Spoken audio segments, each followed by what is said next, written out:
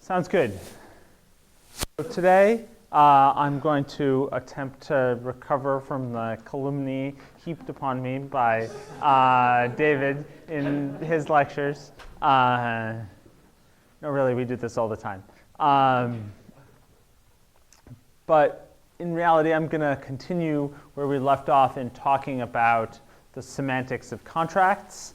And today we're going to talk about dependent contracts, about what it means to satisfy a contract, and about properties that you want a contract system to have.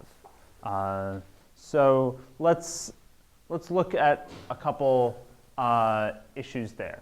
So first, we'll recall the setting that we have before, which is a language CPCF, which we've also seen in some of David's lectures. So we've got our expressions, values, base values, and contracts. Contracts are either flat contracts, which are an expression that should evaluate to a predicate, function contracts, or dependent function contracts. And contracts are injected into the language with the monitor construct. And monitor says, check that whatever E evaluates to satisfies contract K. And monitors come with three labels. We have the positive label, that is the label for the expression producing a value that's supposed to behave according to this contract. We have a label for the context, just says this label, the context also has to respect the contract, and if it doesn't respect the contract, then the context is blamed. And finally, we have a label for the contract saying, here's where this contract comes from. And in a real system, sometimes the label for the contract is going to be the same as the label for the value. Imagine that you have some module that says, here's a definition and here's its contract. Then those two labels are going to coincide. In another context, you might say that the label for the context and the label for the contract are going to coincide. For example, you might say, I would like to load this software component from memory or from the internet and enforce that it behaves according to this contract. And there, you're writing the context, are writing the contract. And in some other setting, it might be yet a third party. You might say, I'm going to compose two pieces of software, neither of which I wrote, and I'm going to stick a contract in between them to check that both of them behave properly. And there, I'm the author of the contract, but not the author of either of the components. So if the contract goes wrong, I'm at fault, although I'm not at fault for the behavior of either of the components. So that's why we have these three labels. And it turns out that the three labels are necessary in order to get the right answer to some semantic questions about contracts that we'll see later. Then we also have the check form, which implements checking a flat contract E, and if it produces true, returning the value V, and we have errors. We saw a type system for this language. The type system is quite boring, so I'm not going to say much more about it. And we saw a bunch of examples of contracts. I want to go back over a few of the reduction rules, however, because they're really the most important part. Here we have the reduction rules. So we have a grammar of evaluation contexts, which say where to evaluate. We evaluate the expression that we're going to monitor. Then we evaluate the expression we're going to check. And then the most important reduction rules are these four here. and we'll talk about, I'll go over them briefly. Flat contracts turn into checks. We're going to check that when we apply E to V, we get back true. If we get back true, we just keep V. If we get back false, we get an error. And note that the only person responsible for the behavior of V in a flat contract is K. The context can't misuse flat values, so we can just drop L. L can't possibly be blamed by a flat check. And then we have the most interesting rule we've seen so far, which is the function contract rule. And the most interesting part about that is that we split the contract into K1 and K2, the domain and the range, and we flip the blame labels for checking K1, because the value being passed into the function, that is the value that's supposed to satisfy K1, is coming from the context. If I put a function contract on a function and then I hand it to you, I'm responsible for the function, but if you call it, you're the one who's supplied the value. So you, the context, are responsible for ensuring that the arguments you supply to this function live up to contract K1. Then, of course, I'm responsible for making sure that the result of calling the function satisfies the contract K2. One final thing to note here, the label J for where the contract comes from stays the same here and here because both K1 and K2 are part of the same contract, which presumably came from the same place. We could imagine a more complicated system in which individual parts of contracts came with labels, but we're not going to do that here. So those are the basic forms for monitoring higher order non-dependent contracts. Any questions so far? This is all just stuff we saw last time. I can assume by the fact that no one has any questions that you could all replicate this in Redux later this afternoon in the hands-on session. And there'll be a quiz later. So now that we've seen that, let's start talking about dependent contracts. So the dependent contracts are contracts where you can use the value passed in to compute the result contract. So first, let's think about what you might use a contract like that for. So let's try writing down a contract that says something interesting about square roots. So here's a contract in racket syntax for the square root function.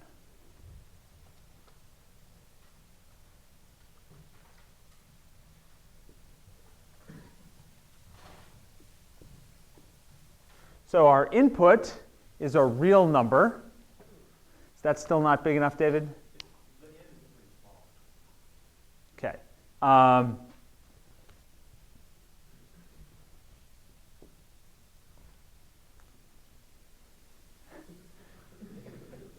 So our input is going to be any real number, and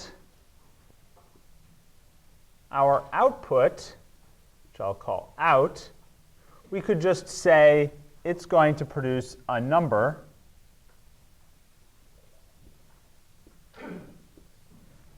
This is a non-dependent contract, although we've used the dependent contract syntax and given ourselves names for things. But you'll see that the result contract does not depend on the input contract. But what if we wanted to say something interesting like squaring the result gives you back the input? We can write that too.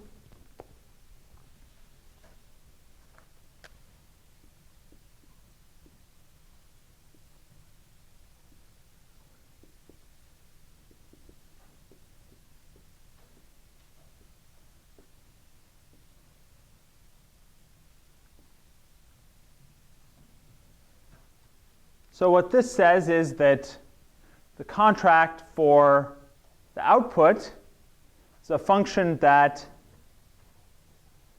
returns true if squaring O, that is the input to this contract, produces the same value numerically as our input.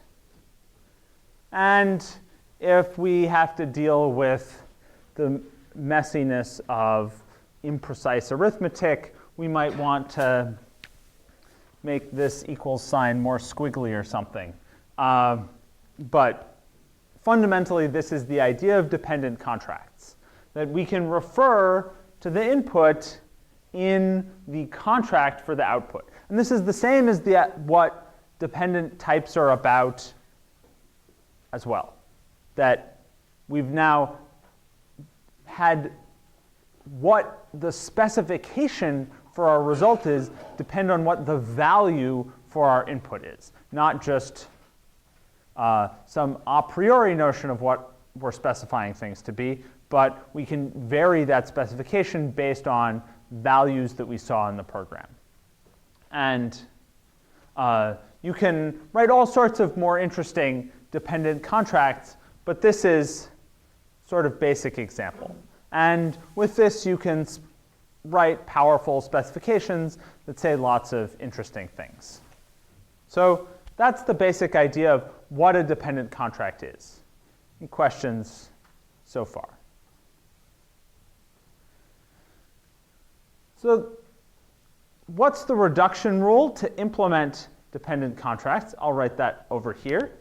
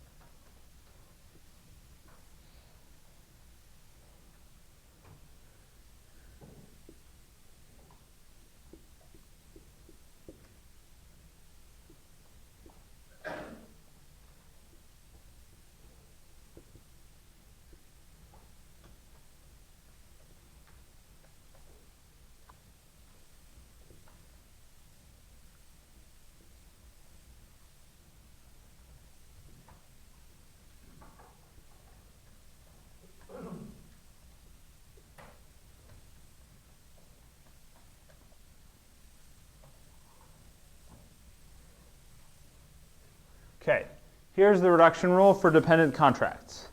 So what's different about the dependent contract reduction rule versus the non-dependent contract reduction rule?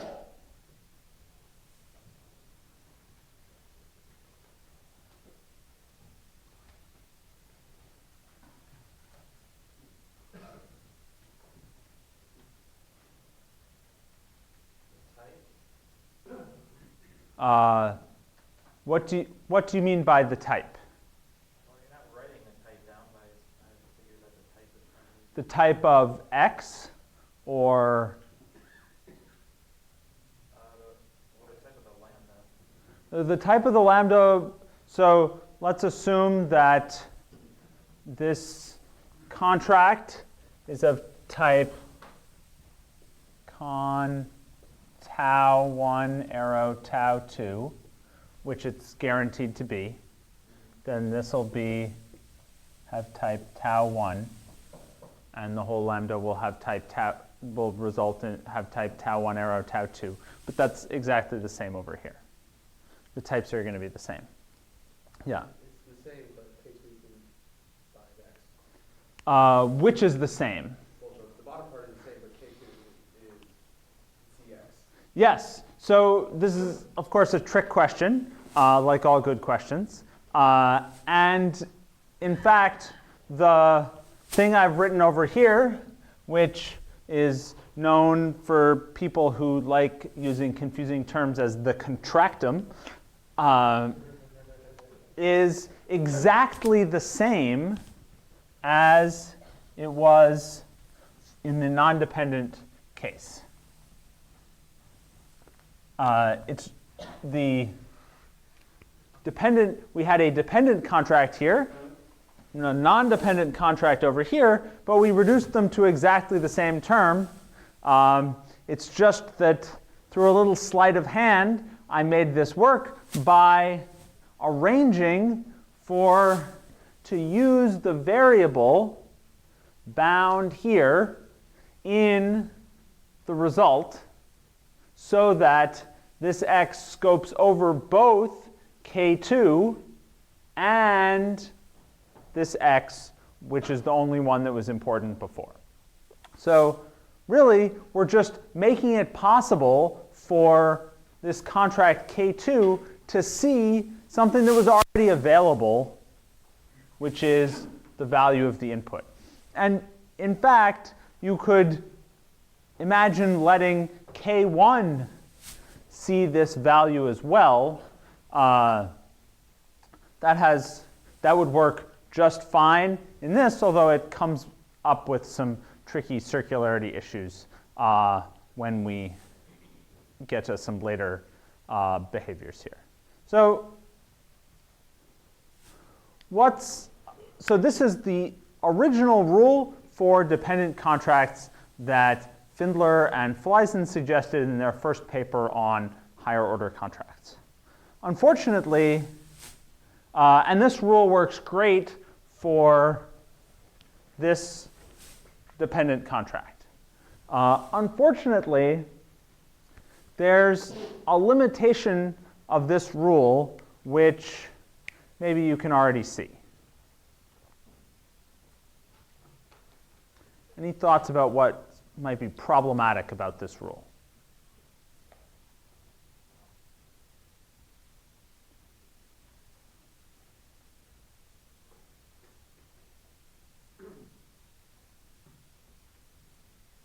The input values aren't bound in the return values contract? I'm not sure what you mean. In the example to the left, you had it bound in the contract for return value, Yeah. but you don't have that in your rule over there. So the syntax of racket contracts is a little different because you want to support multiple argument functions and giving names to things, but this is really the same.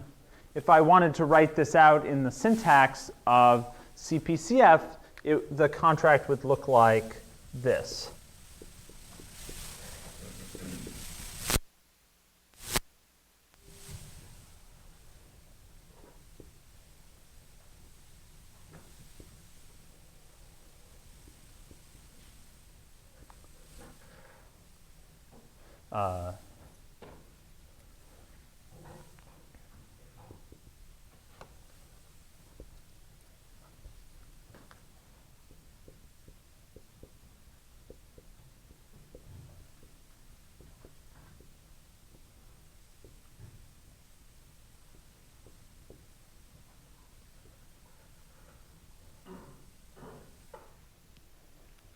And here's the binder for in, and we reference it over here.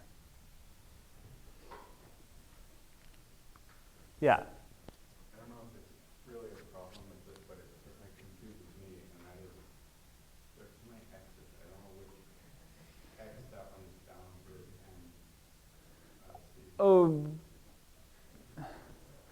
so over here there's exactly two x's on the right-hand side here. One here, one here.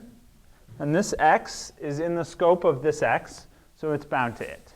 And what about the x above? This x scoped over k2, so there were potentially some references to x inside k2. And this k2 is also in the scope of this lambda x, because the scope of this lambda x is this whole expression. And so this k2 can see x, which is exactly the input to the function, which is exactly what k2 is now supposed to be able to depend on. So it has that specific x. Yes, so that's what I was saying, is that we've made this reduction rule simple by using the same bound variable for the input to the function that's going to scope over k2 and the input to the function that's we're going to use actually as the checked value. Now we could write this with a y, and then we would substitute in y for x in k2.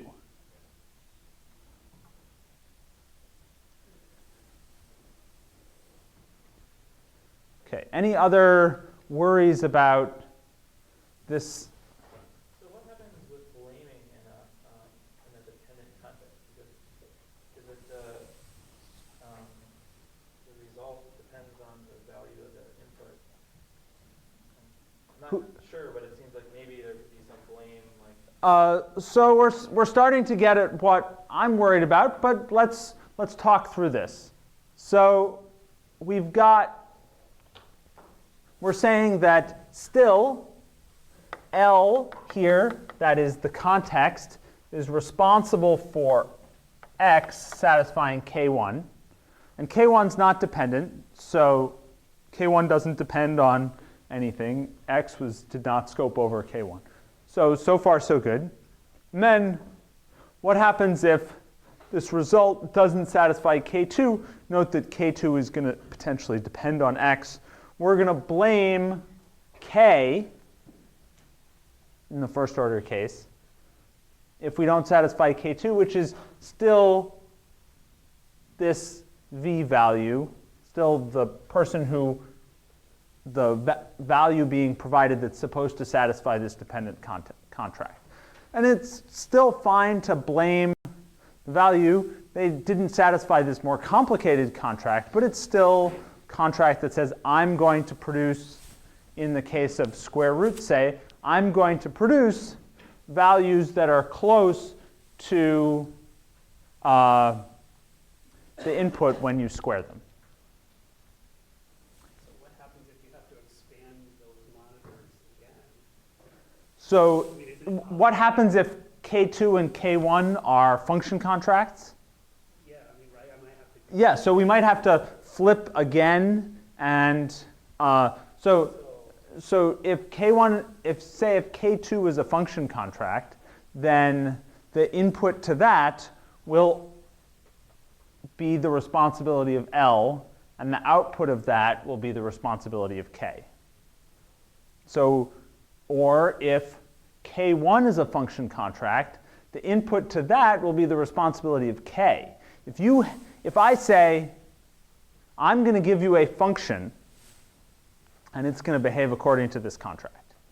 And then you pass into that function another function. Say the function I gave you was the map function. And it's supposed to be only map on lists of positive integers. And then, so I give you map, and you call map on your function. And I promised that I was only going to call your function on positive integers. And then you've handed me a function, and I call it on -7. Now, whose fault is that? That's my fault, even though we've gone back and forth twice. So we go one level of input, that's your responsibility. Second level of input, that's back to my responsibility. And then if we had a third order function, back to your responsibility. Okay. So to see what I'm worried about, let's consider another more complicated higher order function. So let's think about this function, this contract.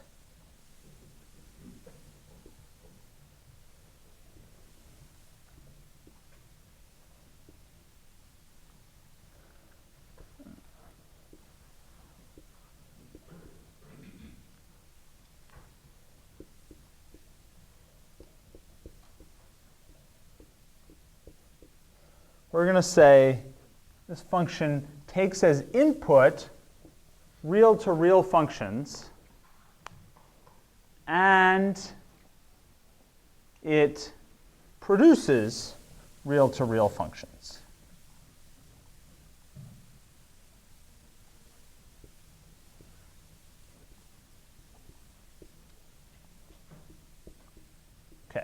So far so good. This is a non-dependent contract. Nothing fancy going on here. I'll live with the output.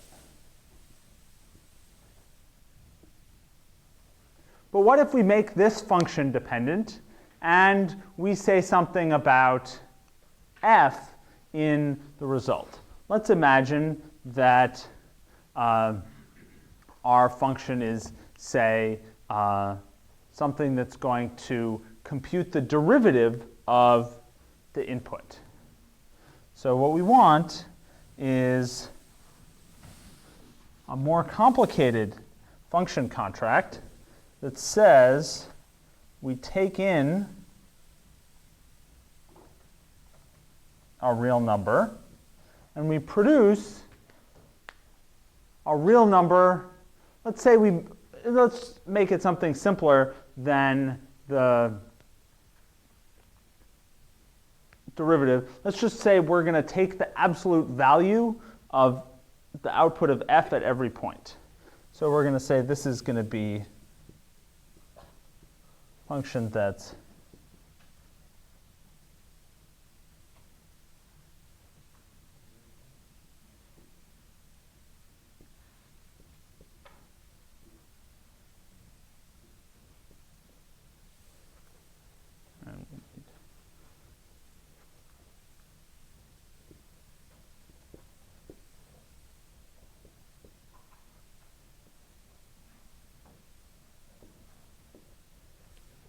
okay. So what this contract is saying is we've got a function f that's real to real.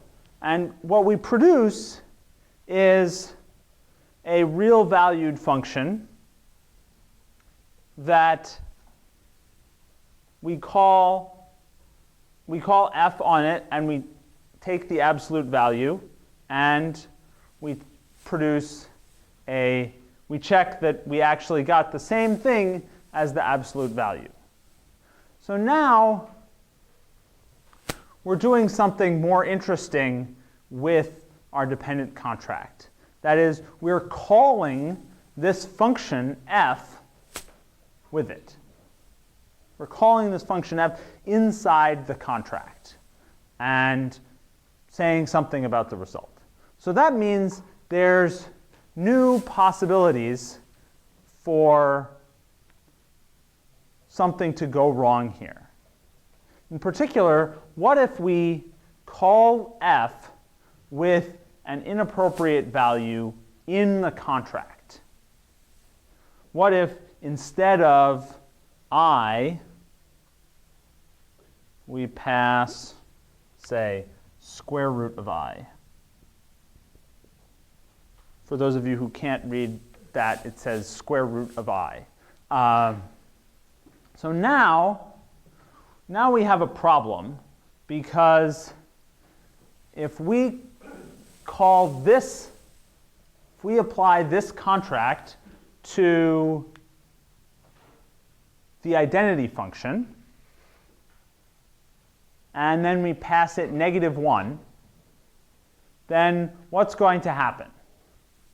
We're going to call f with square root of -1, which is not a real number. Are we going to get a contract error from this due to this problem?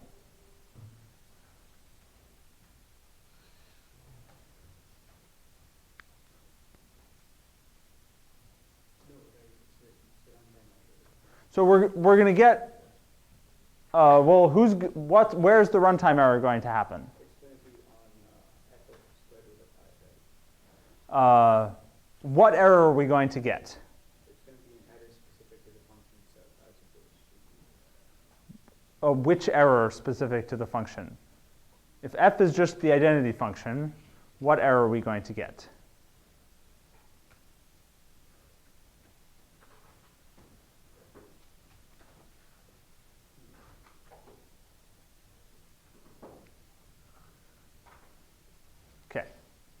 Let's think about the semantics we've written down for dependent contracts.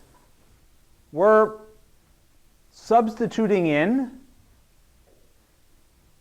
to k2 the value that we pass in for x in our dependent contract. And recall that that value is the input to this function, which we said was the identity function. And we're just, so beta is just going to, our beta rule is just going to substitute in the identity function into k2. And then it's also going to substitute in the identity function here, where it's going to be protected by a real-to-real contract. But what about over here? Is x going to be protected?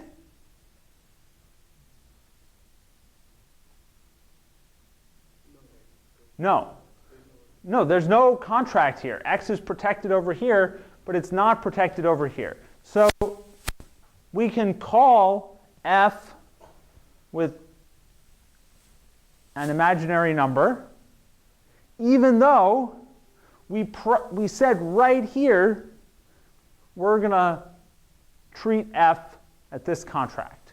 So this reduction rule misses an important place where we should be checking the contract. So you've handed me a function. You thought I was promising to only call it with real numbers, but instead you called it with an imaginary number. And perhaps it was wrong in our program, the missiles launch, the world is destroyed, we're all very sad. All because we failed to protect this function with an appropriate contract, and so passed it in an inappropriate value that didn't follow the contract. Now, so the absolute value function in this case may well produce an error if f is the identity function. Depends on what absolute value does on I, and if f is the identity function. Of course, f could be a different function that, but if our problem is that we violated the precondition on f, that is, we've passed it a value that it thought we had promised not to do, then it's way too late by the time we get to the absolute value function. F is the function that we haven't appropriately taken care of. I'm having a hard time. If f is the identity function, then the square root of I is not happening in f, right? It's happening somewhere else in the code. The square root of I is happening right here in the implementation of the contract. Right. And then we get back the square root of -1, and then we pass that to f. Right here we said, here's the contract for f, which says real numbers only. I guess I'm wondering where would it happen outside of the contract? So I'm not sure, what do you mean? So let me write down a little bit more exactly how we would make this happen. So let's call this contract K. Okay?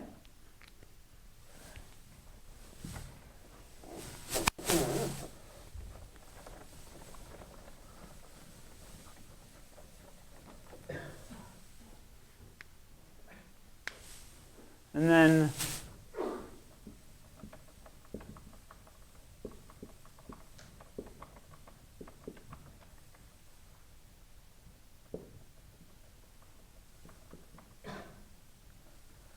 we'll call this, we have a function h, which is supposed to satisfy k, and its implementation is the identity function. Then we call h first with a function,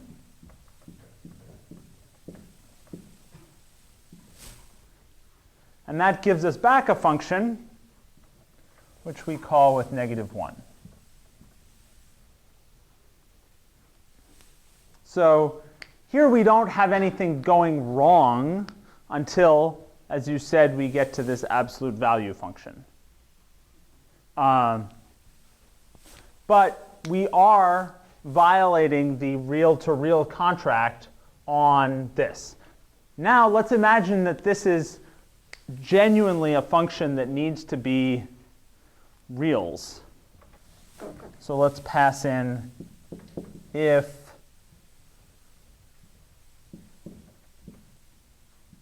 z is greater than 0, then z, else 1.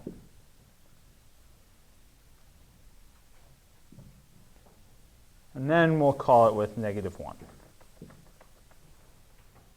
So now what's going to happen?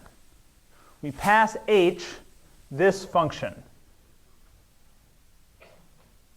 which gets protected by real-to-real inside the body of h. That is, it's going to, the result we produce here is going to be protected with real-to-real as well. However, once we call it with negative 1, we're going to check this result contract, which says that we pass in a real, and then we're going to call f, that is this function, on square root of negative 1, and check that that's equal to what it produces, which was 1. So we're going to call f with I, and we're going to get an error inside the body of this function, because you can't compare imaginary numbers with less than. So that's how we can trigger this error in this dependent contract. Does that help?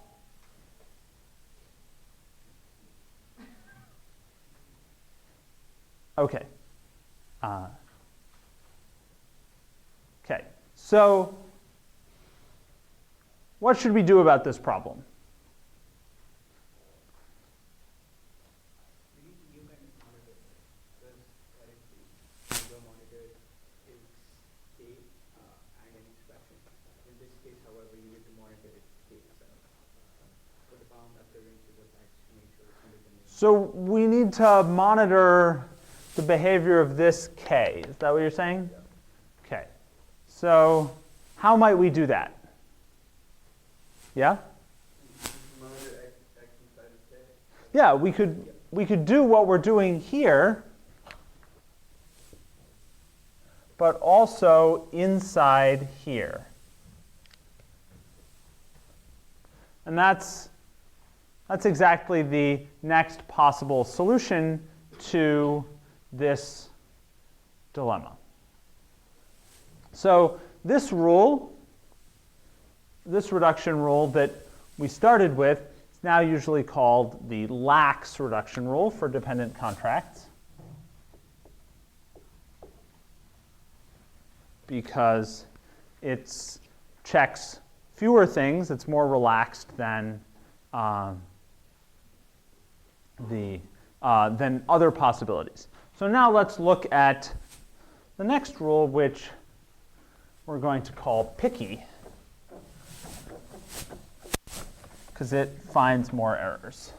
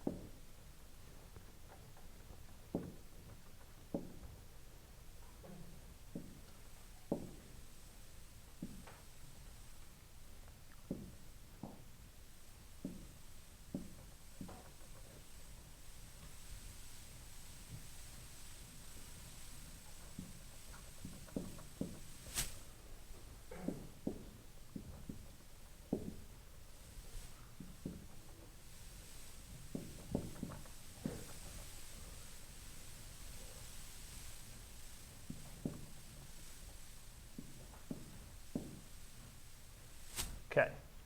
So here is the picky rule.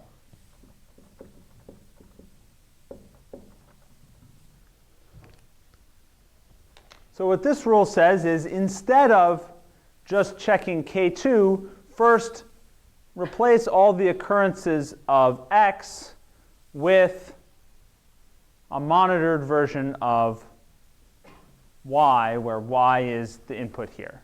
And just for clarity, I've named the bound variables different things. So we have Y here and Y here, and X is the variable that was bound in K2, which we've substituted for this whole thing. If we wanted to recreate the lax rule, we would just substitute this whole thing with Y, and that's the lax rule. Okay, so far so good. So this is clearly going to catch more potential errors. And who's this going to blame in this case?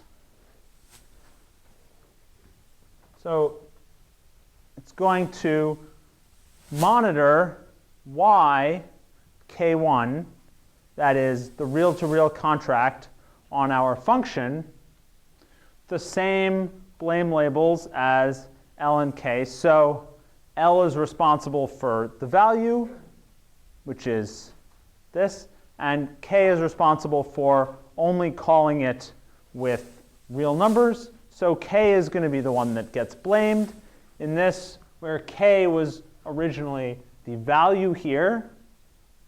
So K is this.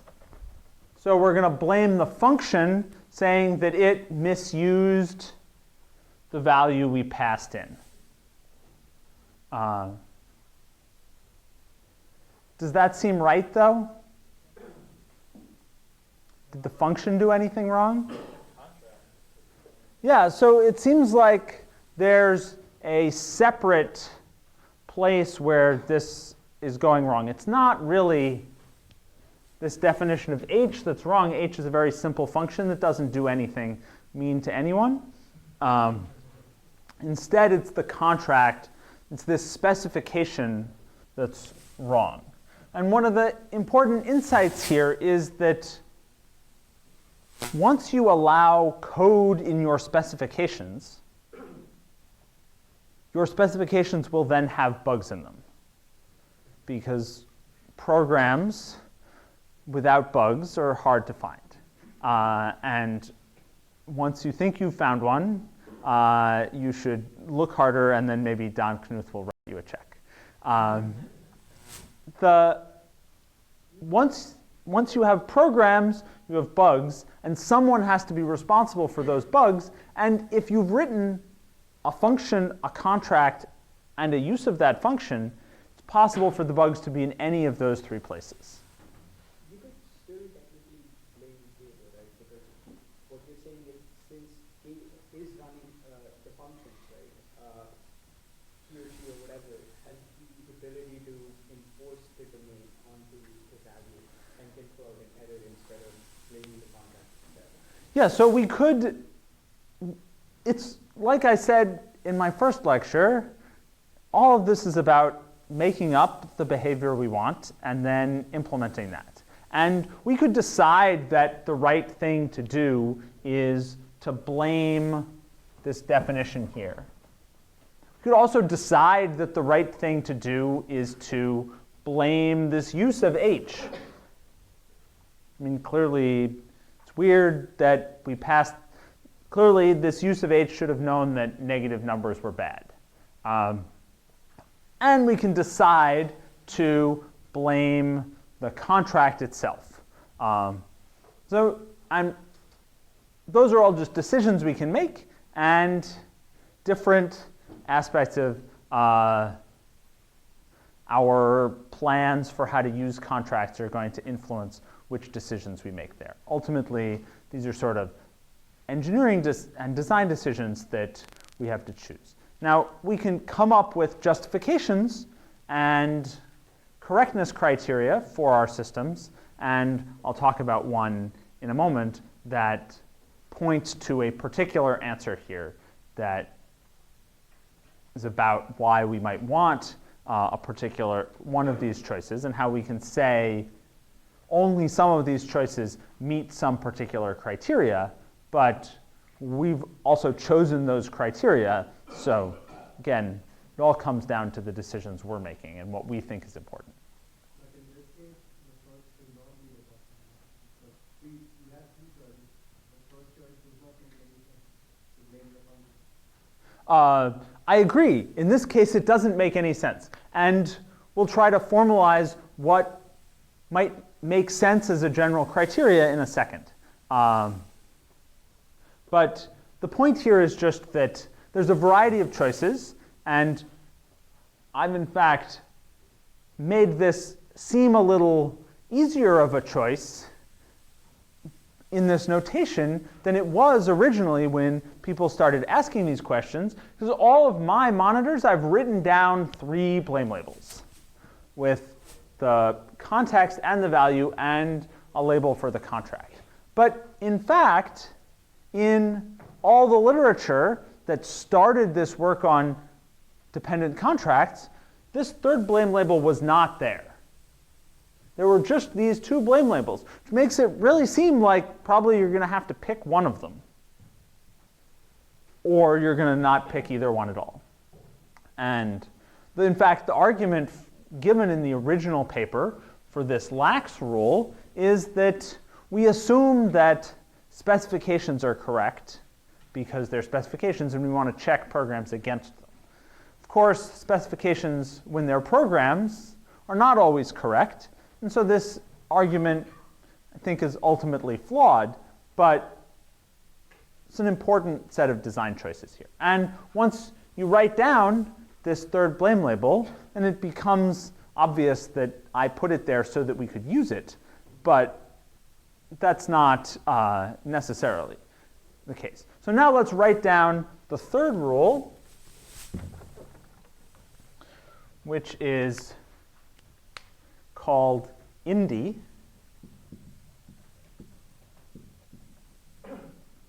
which is very similar to the picky rule.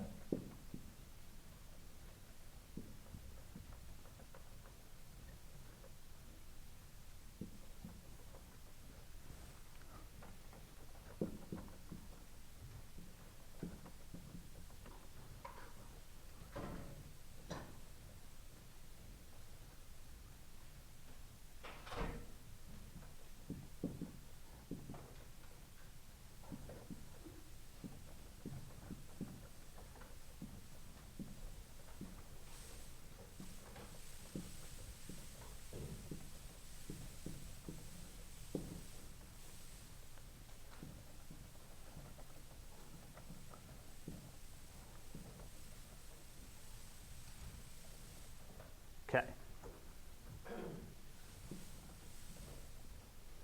So here's the rule, and there's exactly 1 character different. So I'll write that character in a different color, which is I've written J right there.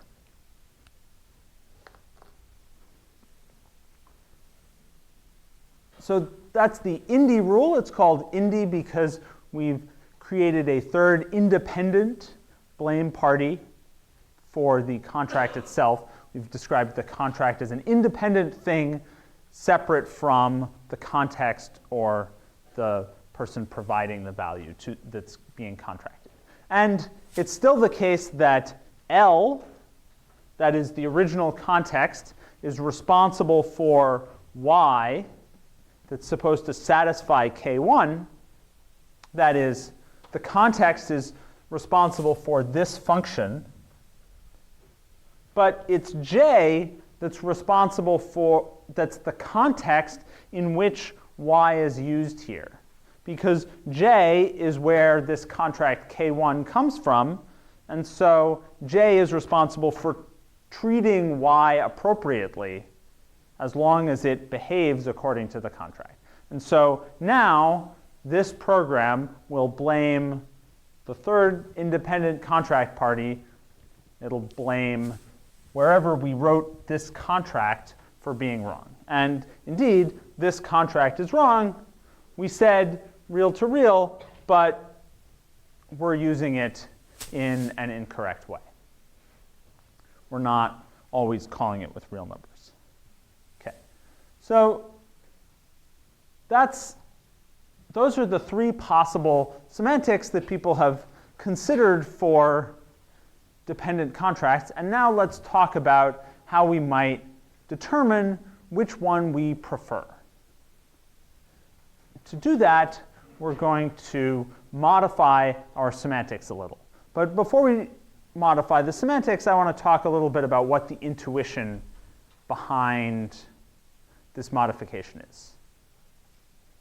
Contracts are supposed to control and check values that flow from one component to another.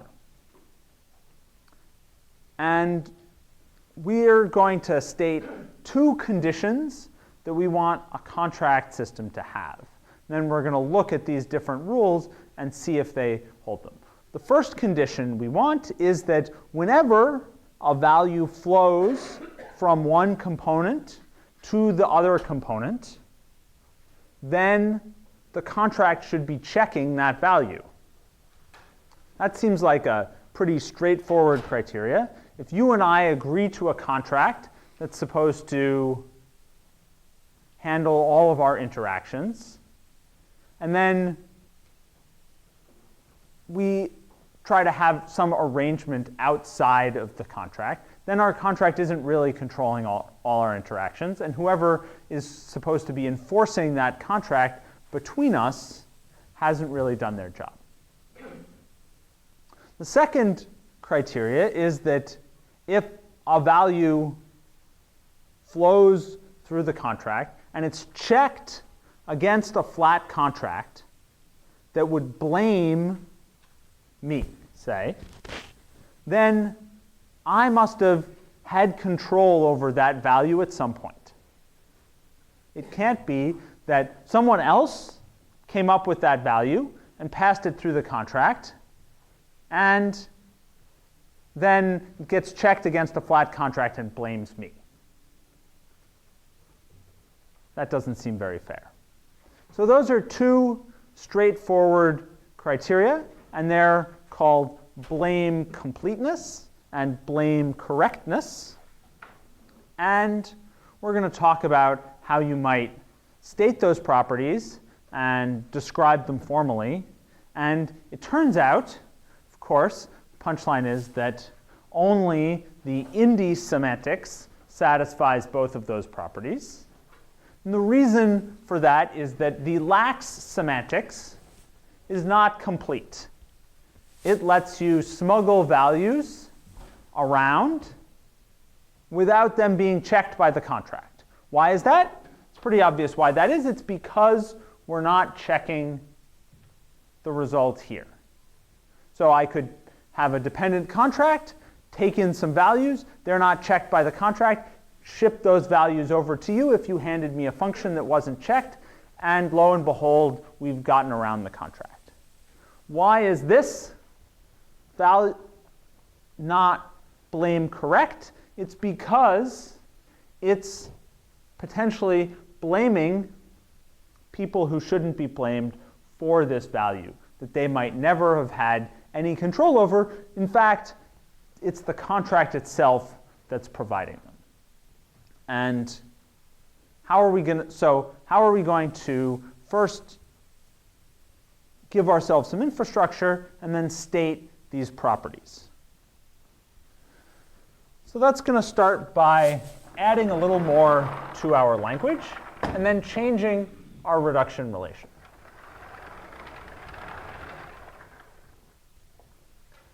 So we're going to add labels to our expressions and our values. So an expression can also be a labeled expression. Not every expression is labeled, but we're going to say that we're allowed to label expressions, and we can label them as many times as we want. And similarly, we can label values.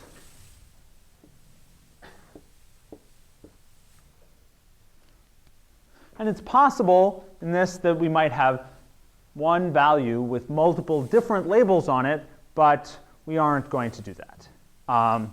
And then finally, we're going to put labels on our flat contracts.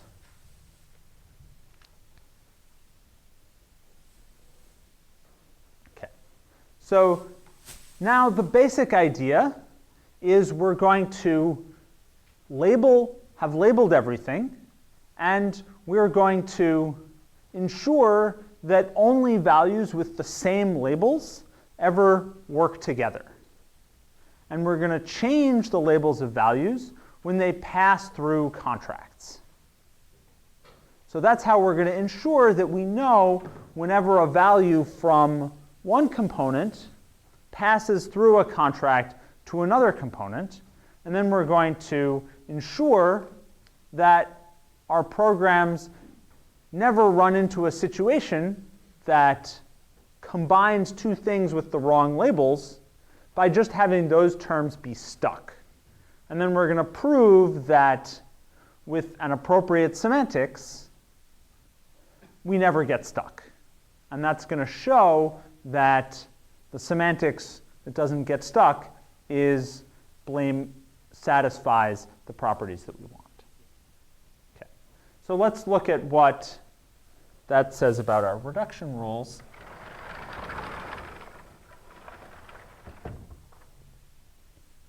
So we're just going to check that values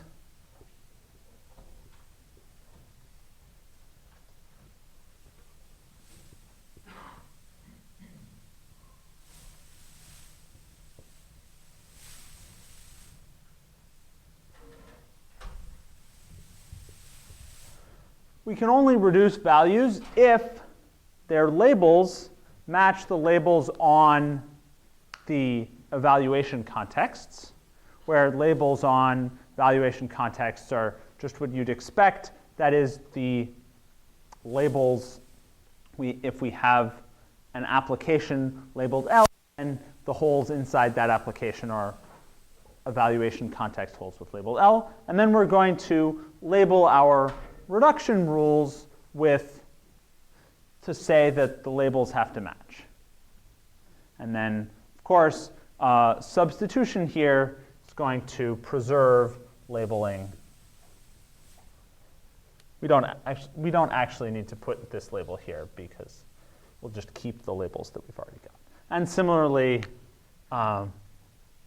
we're going to need a label L here that has to match the reduction.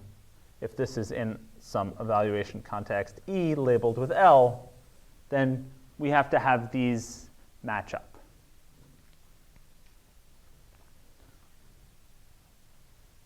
So in fact, we can end up with multiple labels on the same expression, but we always want them to be the same. I'm just going to write 0 or more labels with the same L with double bars.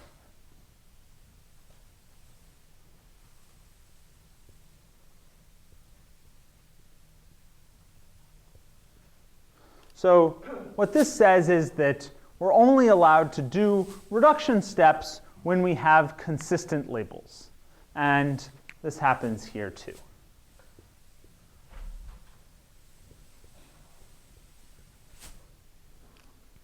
Okay. So far, so good. So in the first paper, so let me talk a little bit about the intellectual history here. In the first paper by Findler and Fleisen about higher order contracts, they only have this rule. And they say, like I mentioned, that we just assume that our specifications are correct because they're specifications. Then, a few years later,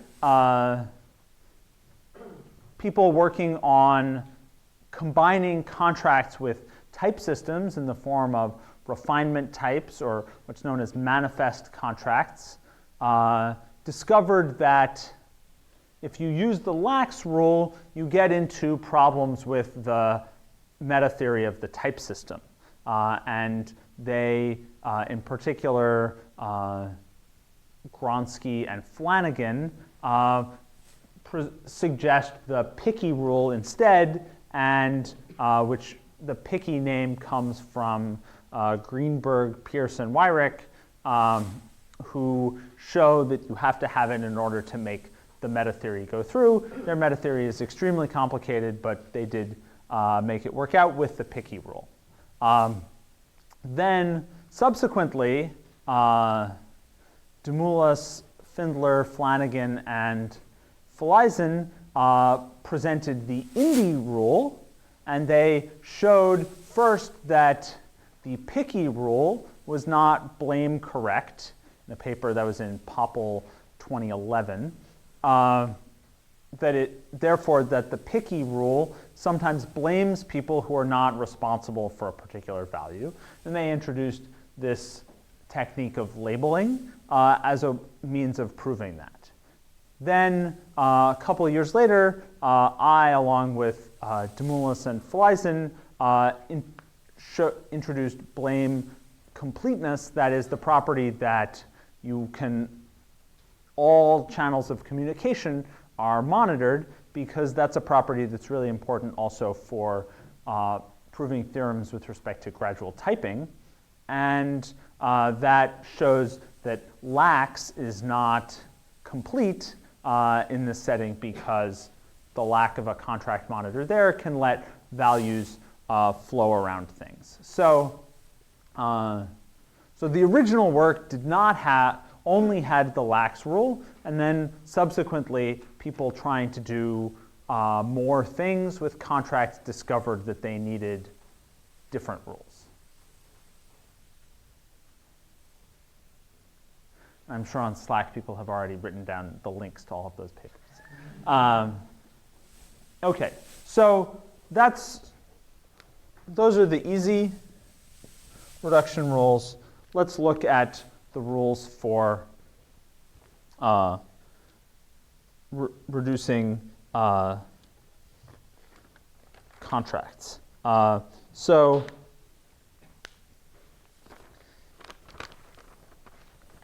if we're monitoring a flat labeled with some label L prime, which is potentially different from all of these other labels, then we need to have some label, same label L prime on the value we're monitoring.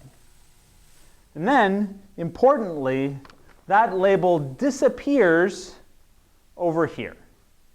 So we take this label off of V, and we transfer control over it to whoever is receiving this check, which might have some other label L.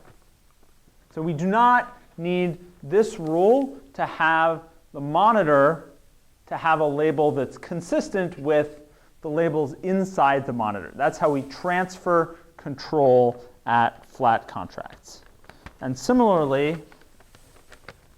we can have this label, however, has to be the same as the contract for when we've finished running the contract, we need to get back a value that's labeled like the contract was. That is, this J has to be the same as this J. So that's the crucial place where we transfer control at each flat contract to remove the old labels and let the value be owned by its new owner, whoever is consuming it. And so what this shows is that if you had a contract system, let's imagine that our reduction rule for monitoring function contracts just threw away the contract and just produced v, then you would see that inside this v, there might be things with other labels on it. And then we'd pass it in a value. It wouldn't go through any contracts, and we'd get stuck. So what would that look like? Let me write down an example of a term getting stuck.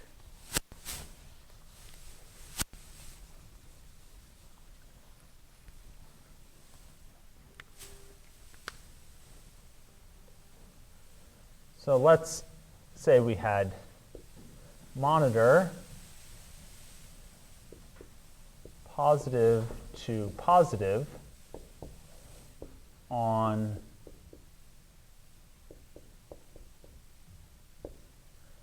+1, and then we pass it 2.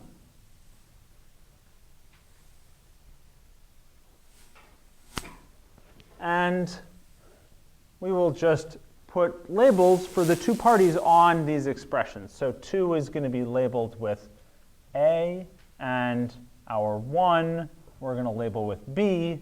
So those are two different parties. And we've got B and A here, and C for the contract. Now, imagine that our reduction rule for function contracts was throw away the contract and just produce the value.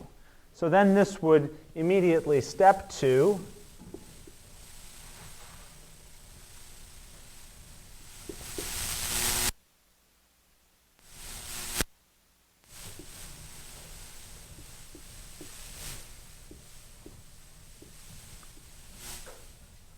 and this was labeled with A. So then we'll do a beta step, and we get to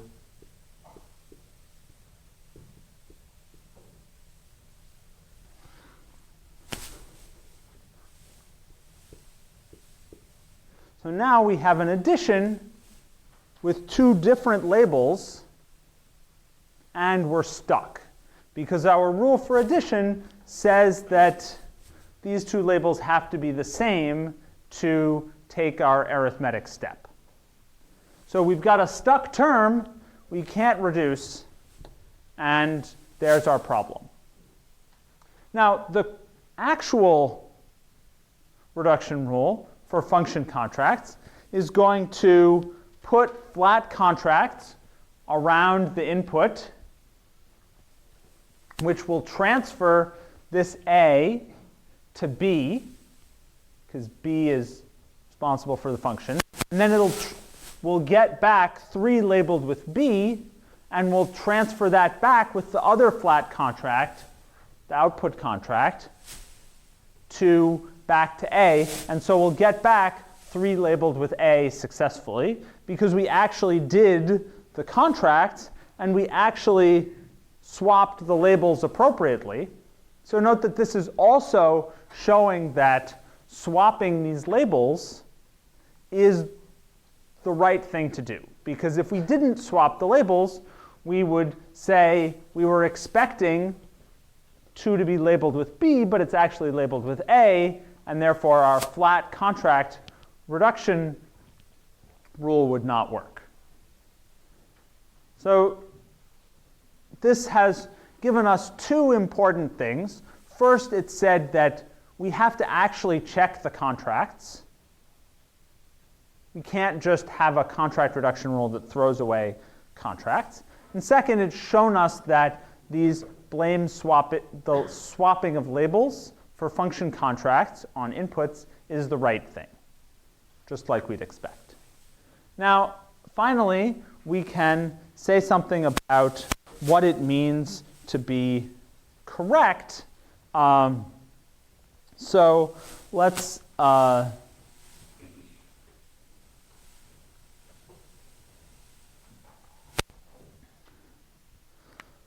say, here's what blame correctness says.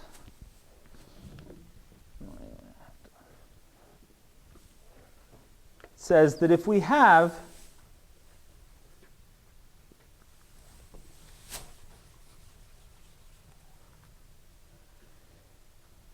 E and it reduces in some number of steps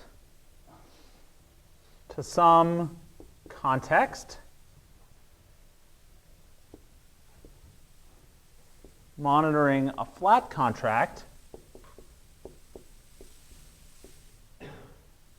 on some value v,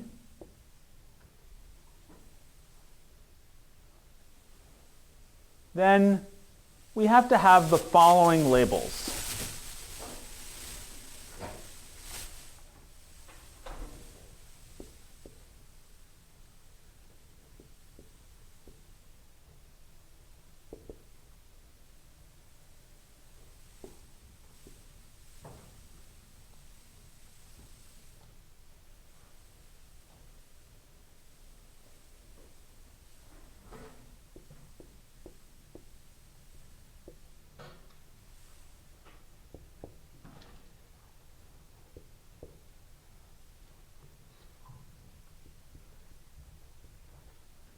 So if we reduce to a situation where we're monitoring a flat contract that's potentially going to blame k based on whether or not our contract holds for v, and v is labeled with label L1, then k and L1 must be the same.